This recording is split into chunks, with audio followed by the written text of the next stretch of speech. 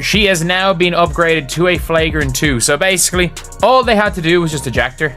All they had to do was eject her and none of this happens. If the referees had ejected Marina Mabrey, nothing else happens. The Sophie Cunningham situation does not happen. And Sophie Cunningham, in fairness, did instigate a brawl. Everyone missed the real story. While analysts slowed it down frame by frame and commentators acted shocked, Marina Mabrey was already writing her own script. One moment she's locked in on defense, the next it feels like she stepped straight out of an action film. Full intensity, no hesitation, pure chaos energy. Now the league is calling it a Flagrant 2 and throwing around suspension talk like it's some reality show elimination round. But the real question is simple. Was this a breakdown under pressure or a calculated moment of controlled chaos? Either way, it didn't just happen, it detonated.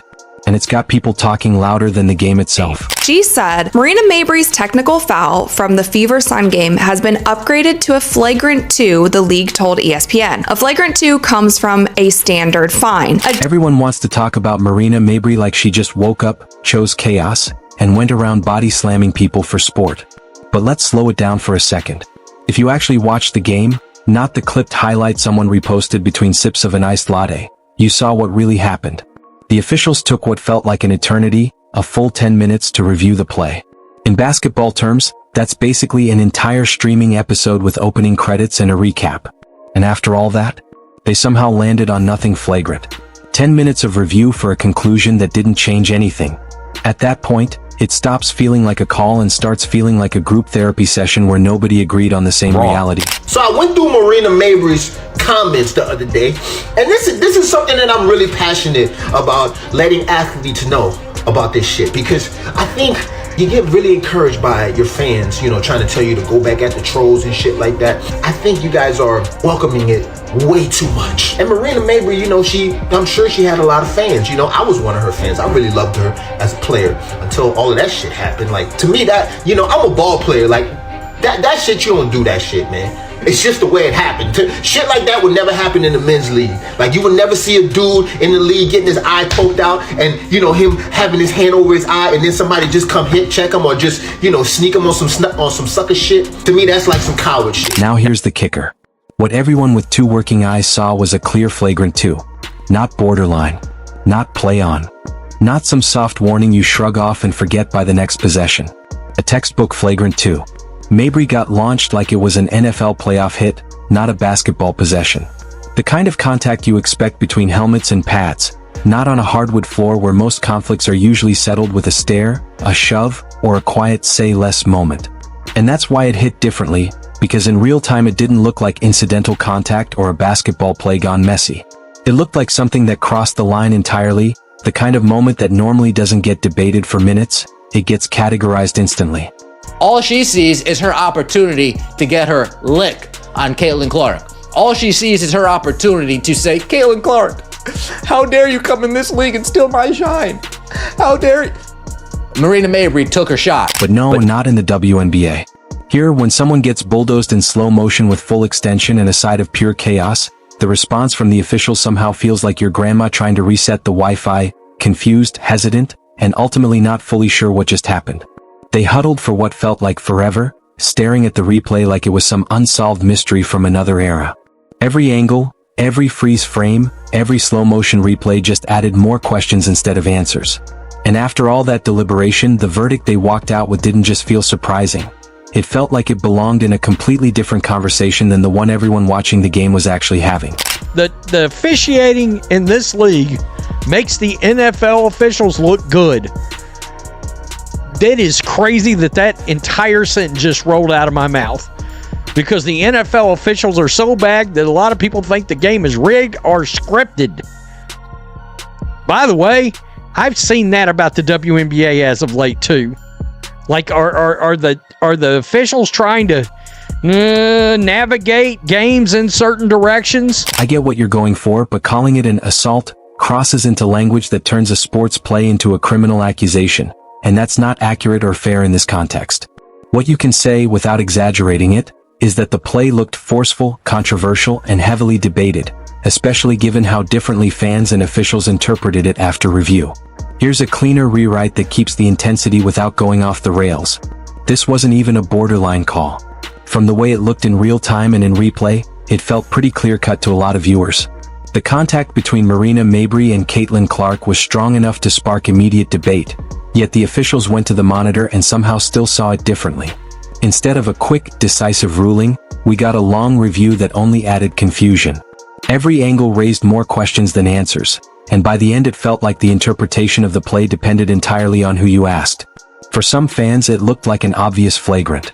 For others, it was just part of a physical possession.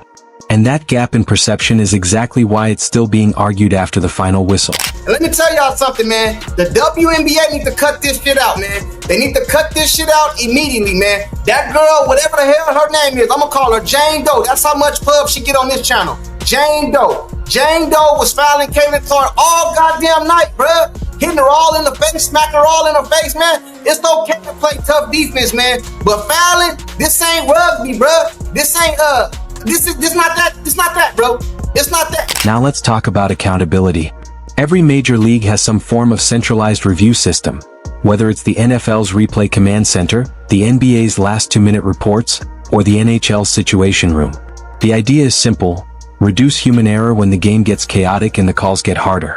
But in moments like this, the frustration from fans comes from inconsistency. A play gets reviewed for minutes, angles are checked, conversations are had, and yet the final decision still feels miles away from what a lot of viewers saw in real time. That's where the debate keeps heating up, not just about one foul but about process. What counts as clear and obvious? How much contact crosses the line? And why do similar plays sometimes get totally different rulings depending on the night? On the floor, the game is fast, physical, emotional. Players compete hard, defenses get aggressive, and momentum swings can turn physical possessions into controversy instantly.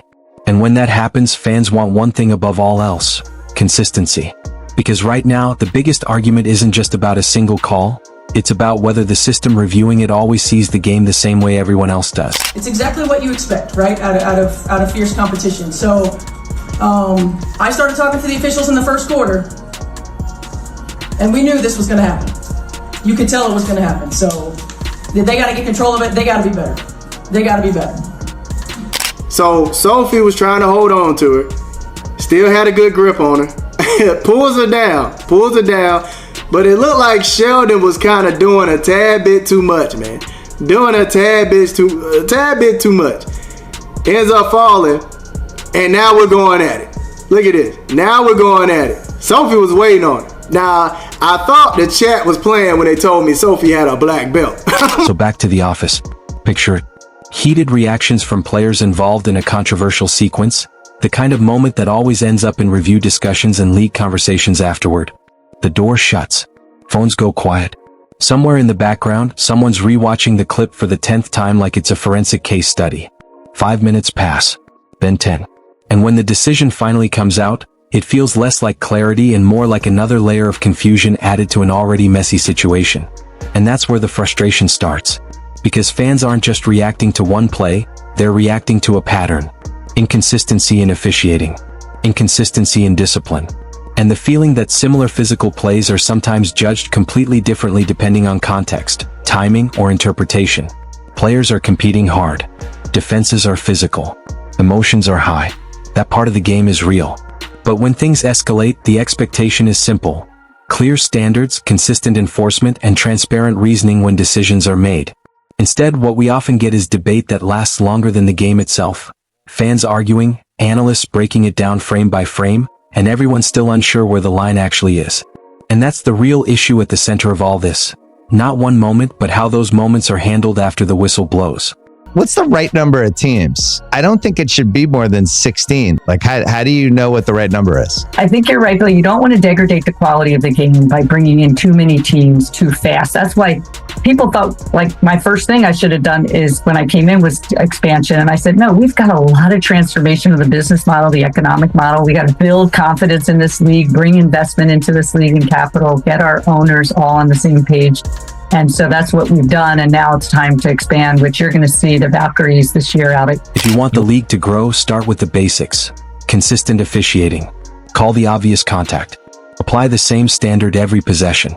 Don't adjust the interpretation based on momentum, crowd reaction, or what's trending on social media that night. Because right now, from the outside, it doesn't always feel predictable. It feels inconsistent, and that's what fans react to. Not just one call, but the pattern of how similar plays get treated differently depending on context. And that's the part people are pointing at. The confusion. The long reviews that don't always bring clarity. The feeling that even after replay, interpretation still varies from night to night. Fans notice that. They always do. They break it down frame by frame, compare games, compare rulings, and eventually the conversation shifts from basketball to officiating itself. At some point, the league has to address that directly, not with vague statements, but with clearer standards, better transparency, and more consistency in how physical play is judged. Because when every big moment turns into a debate about the call instead of the game, the sport itself takes the hit. And that's really the core issue here.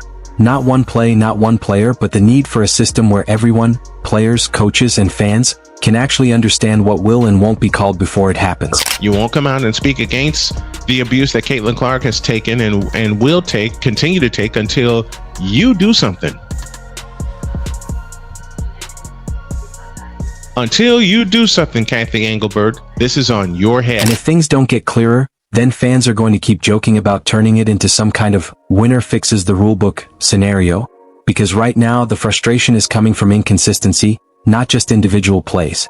Until then, buckle up, because when officiating becomes unpredictable, every night starts feeling less like a clean competitive product and more like a late-night drama where the rules seem to shift depending on interpretation, context, and situation. And that's the real tension here, not effort, not physicality, but clarity. Where exactly is the line between aggressive defense and excessive contact? Because from the outside, it sometimes feels like that line moves depending on the moment, the matchup, and how the play is perceived in real time. Players put in the work. They compete hard, they absorb contact, and they play through a physical league.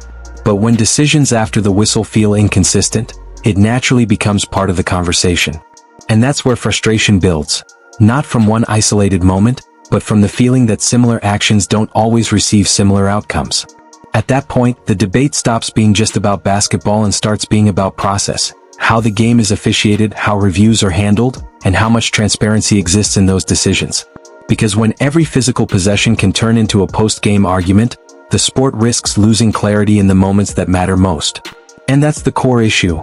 Not rewriting rules based on reaction, but making sure the rules are applied in a way everyone can actually understand, before the chaos starts, not after it. Never seen a technical upgraded to a flagrant 2 before. I've never seen that happening before.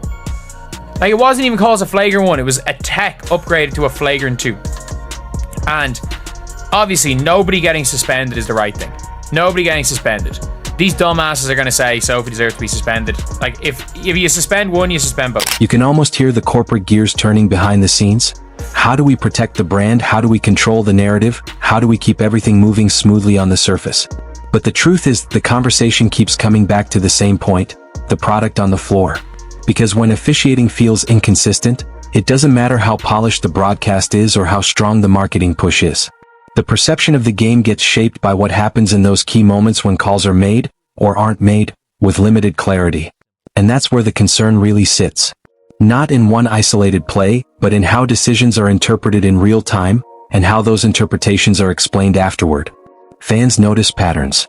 Players notice patterns. Coaches absolutely notice patterns. So the question becomes bigger than any single whistle. How does the league ensure consistency in high-impact moments? Because when every game contains moments where people are left debating what the standard actually is, it affects trust in the process. And trust is one of the most important parts of any growing league. You also can't ignore the audience watching all of this unfold. Young fans are learning not just from highlights, but from how conflict is handled, how rules are applied, and how accountability is communicated. That's why clarity matters. Not perfection, clarity. Transparent standards, consistent enforcement, and a system that minimizes confusion when games are on the line. At the end of the day, the goal isn't to make every call easy. It's to make the framework so clear that even in fast, physical, emotional moments, everyone understands what the expectation is.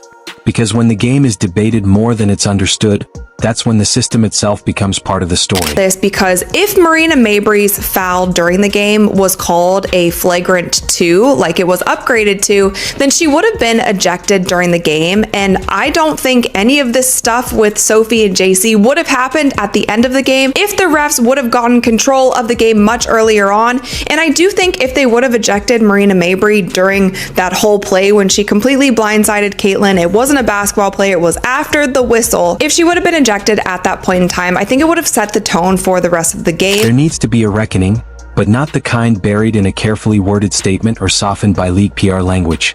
The conversation fans are having isn't about one isolated whistle anymore. It's about consistency, accountability, and transparency at every level of the game. Because when officiating decisions feel unclear or inconsistent, it doesn't just frustrate players and coaches, it shapes how the entire product is perceived. And perception matters when a league is trying to grow its audience and credibility on a bigger stage. If the league wants to take the next step forward, the standards have to feel uniform. Physical play needs a clearly defined line.